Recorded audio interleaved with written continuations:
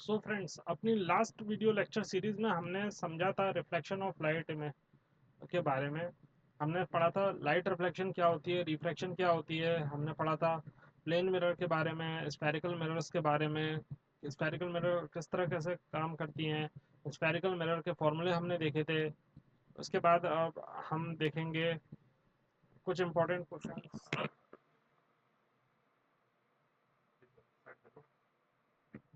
Okay, तो सबसे important question हम अभी देखते हैं। आज हम पढ़ेंगे एमसीक्यूज के बारे में।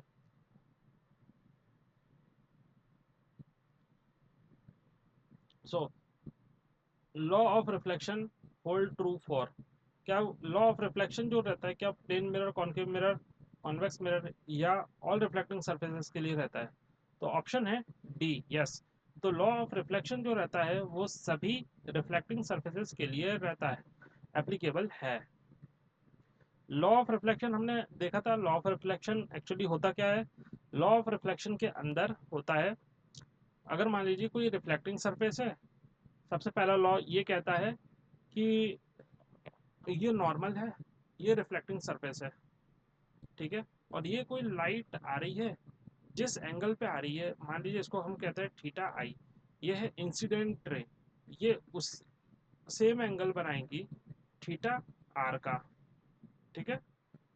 और ये तीनों, तो सबसे पहला लॉ ये कहता है angle of incident ray, normal ray और reflected ray, all three are lie on same plane. ये पहला लॉ। और दूसरा लॉ ये कहता है angle of incidence is equal to angle of reflection, ठीक है। तो ये जो लॉ है वो सभी रिफ्लेक्टिंग सरफेसेस के लिए एप्लीकेबल है। Next question, when an object is kept within the focus of the concave mirror, अगर कोई ऑब्जेक्ट है, ठीक है।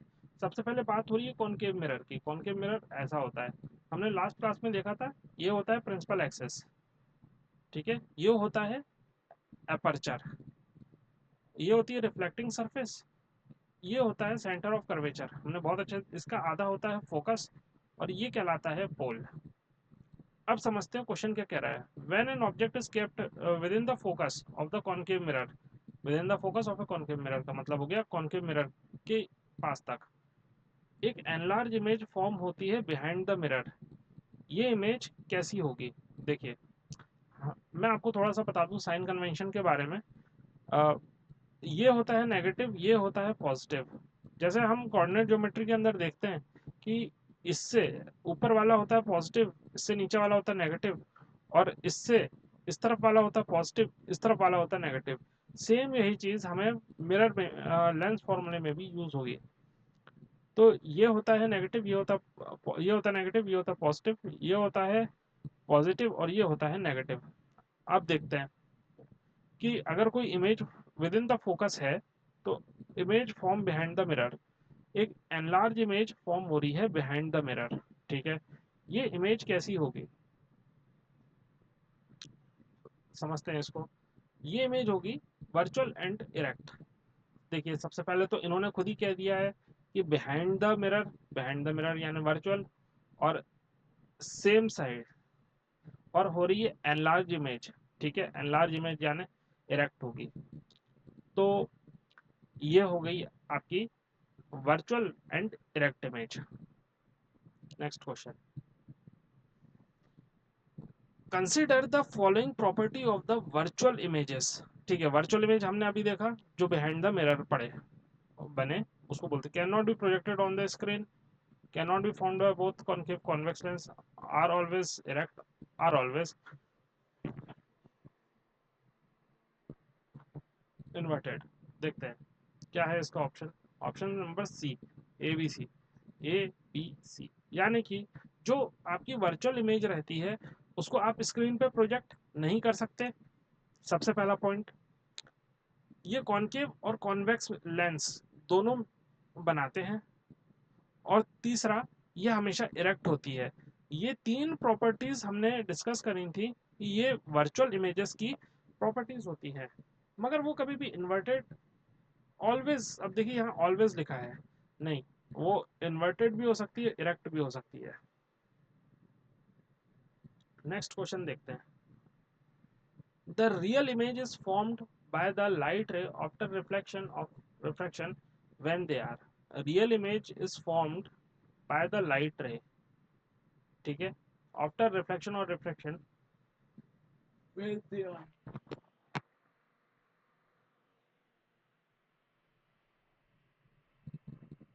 देखिए, appear to meet when they are produced in the backward direction।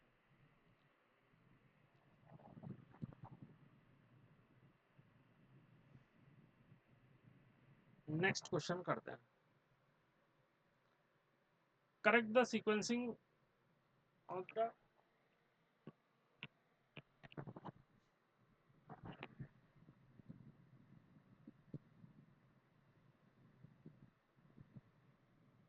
Question ये कह रहा है, क्या हो correct sequence, angle of incidence, emergence, angle of refraction और लेटरल डिस्प्लेसमेंट। समझते हैं। देखिए, ये जा रही है लाइट रे, ये पड़ी इंसिडेंस, ठीक है, ये है एंगल ऑफ इंसिडेंस, ये है एंगल ऑफ रिफ्रैक्टेड, ठीक है, एंगल ऑफ ये रिफ्रैक्टेड एंगल, फिर ये है अगेन रिफ्रैक्टेड, और ये हो गई इमरजेंट, एंगल आई इमरजेंट, ठीक है। तो सबसे पहले आया आपका 2, फिर आया अगेन 1, फिर आया 1,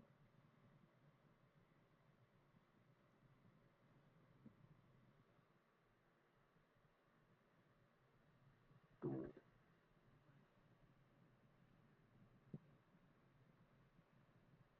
2, 1 एंड जो ये है 4 एंड 3, 2 1 4 3। समझते हैं कैसे। एंगल ऑफ इंसिडेंस ये रहा इमरजेंट, ठीक है, ये रहा थीटा, ये रहा 1 यानी थीटा आई, और ये रहा आपका, यहाँ पर ये लिखा था 2 और ये लिखा था 1। तो पहले ये लाइट आई और यहाँ पे आकर के रिफ्रैक्ट हो गई। अब दूसरा, इसको आना था यहाँ से, ये होता है लेटरल डिस्प्लेसमेंट। तो लेटरल डिस्प्लेसमेंट इस तरीके से बनता है कि जब आपका यहाँ से ये 4, इसका नाम था 4, रिफ्रैक्टेड, और वो लेटरल इन्वर्जन पे ये वाला एंगल बनेगा, ठीक है।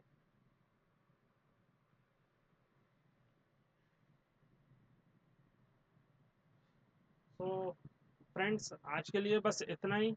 वीडियो लेक्चर बहुत लंबा हो जाएगा और काफ़ी कॉम्प्लिकेटेड कॉम्प्लिकेशन की तरफ हम बढ़ते जा रहे हैं अपने इस लेक्चर में। ओके, सो हम अपनी आज की ये वीडियो यहीं समाप्त करते हैं। Kindly do like share and subscribe my channel. Thank you so much.